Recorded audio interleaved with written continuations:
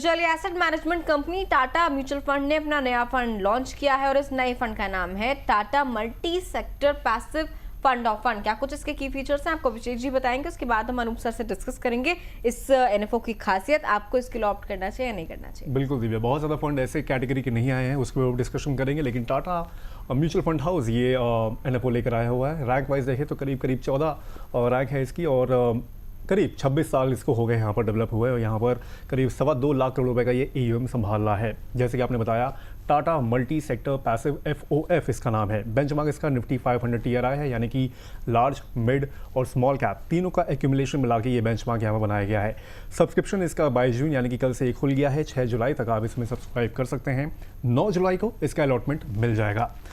Minimum निवेश की अगर बात करें तो 100 रुपये से आप इसकी SIP और 5,000 रुपये का लमसम निवेश आप यहाँ पर कर सकते हैं।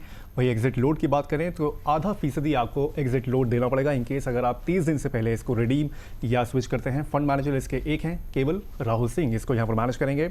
वही पीयर्स में ज़्यादा कोई फंड है नहीं। ICICI प्रूडेंशियल का एक फंड है जो कि उसके अगर रिटर्न्स की अगर हम लोग यहाँ पर बात करें तो करीब 13.80% के रिटर्न इससे दिए हैं। इसके अलावा अभी कोई भी पीयर्स में यहाँ पर नहीं है। सर, सबसे पहले तो ये समझना चाहेंगे कि Tata multi sector passive fund of fund किस तरह काम करता है।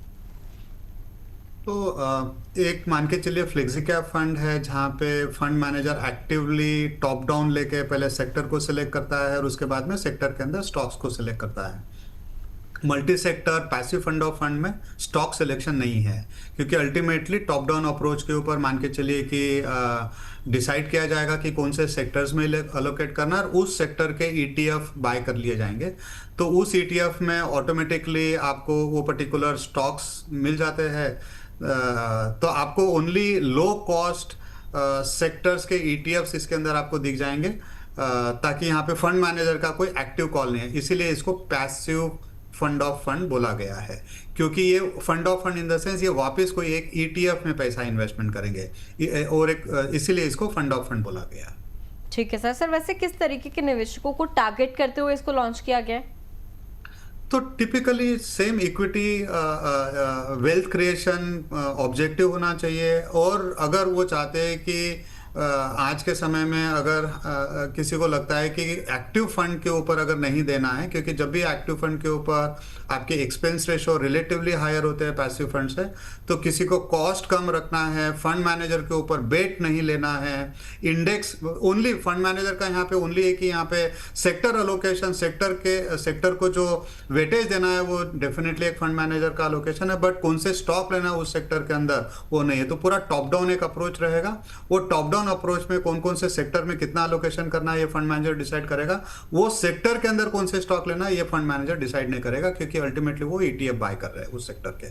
सर, जैसे नाम है इसका मल्टी सेक्टर, तो क्या ये अलग अलग सेक्टर्स में रोटेट भी करेगा कि इसके कुछ सेक्टर्स फिक्स हैं कि इसी सेक्टर्स में यहाँ पर ये उसमें निवेश करेंगे यहाँ पर? नहीं, ये डाइवर्सिफाइड फंड्स की तरह ही काम करेगा। ऑलमोस्ट 7-8-10 सेक्टर इसके अंदर बने रहेंगे। वेटेज डिफरेंस हो सकते हैं।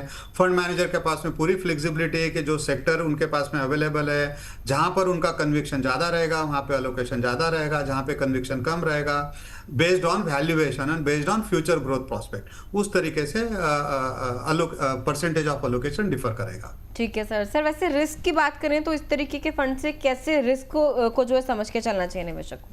तो इट्स हाई, अल्टीमेटली आपका इन्वेस्टमेंट इक्विटी में हो रहा है, is as good as like an any flexi cap और diversified equity fund. It is just like it is investing in a very passive way और एक्टिव में एक allocation, but the risk remain the same. Risk में कोई फर्क। Sir, कितने समय का हॉरिजॉन लेके चले अगर इन केस अगर कोई यहाँ पर निवेश करने के लिए आ रहा है तो?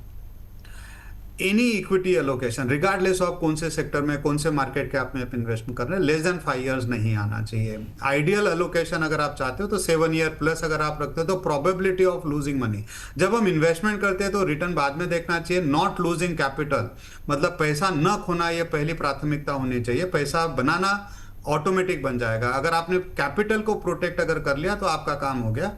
अगर किसी भी इक्विटी कैटेगरी के स्कीम में किसी भी स्ट्रेटेजी में अगर हम इन्वेस्टमेंट करते हैं, इन्वेस्टमेंट होराइजन अगर हम 7 साल से ज़्यादा अगर रखते हैं तो पैसे खोने के चांसेस निग्लिजिबल है, ऐसी स्टडी बताती है। सर, वैसे किस तरह के निवेशकों को इसमें यहाँ पर निवेश करना चाहिए, मॉडरेट, कंजर्वेटिव या एग्रेसिव? तो aggressive to moderate I think becomes fit.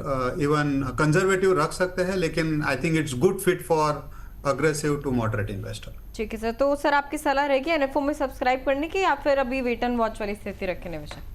अगर आपके पोर्टफोलियो में वो स्ट्रेटेजी नहीं है या फिर आप कोई एक पैसिव स्ट्रेटेजी इंट्रोड्यूस करना चाहते हैं आपके पोर्टफोलियो में, तो definitely multi sector becomes better, क्योंकि फंड मैनेजर के पास में पूरी फ्लेक्सिबिलिटी है, एक फ्लेक्सी कैप की तरह है, अनकंस्ट्रेंट स्ट्रेटेजी है।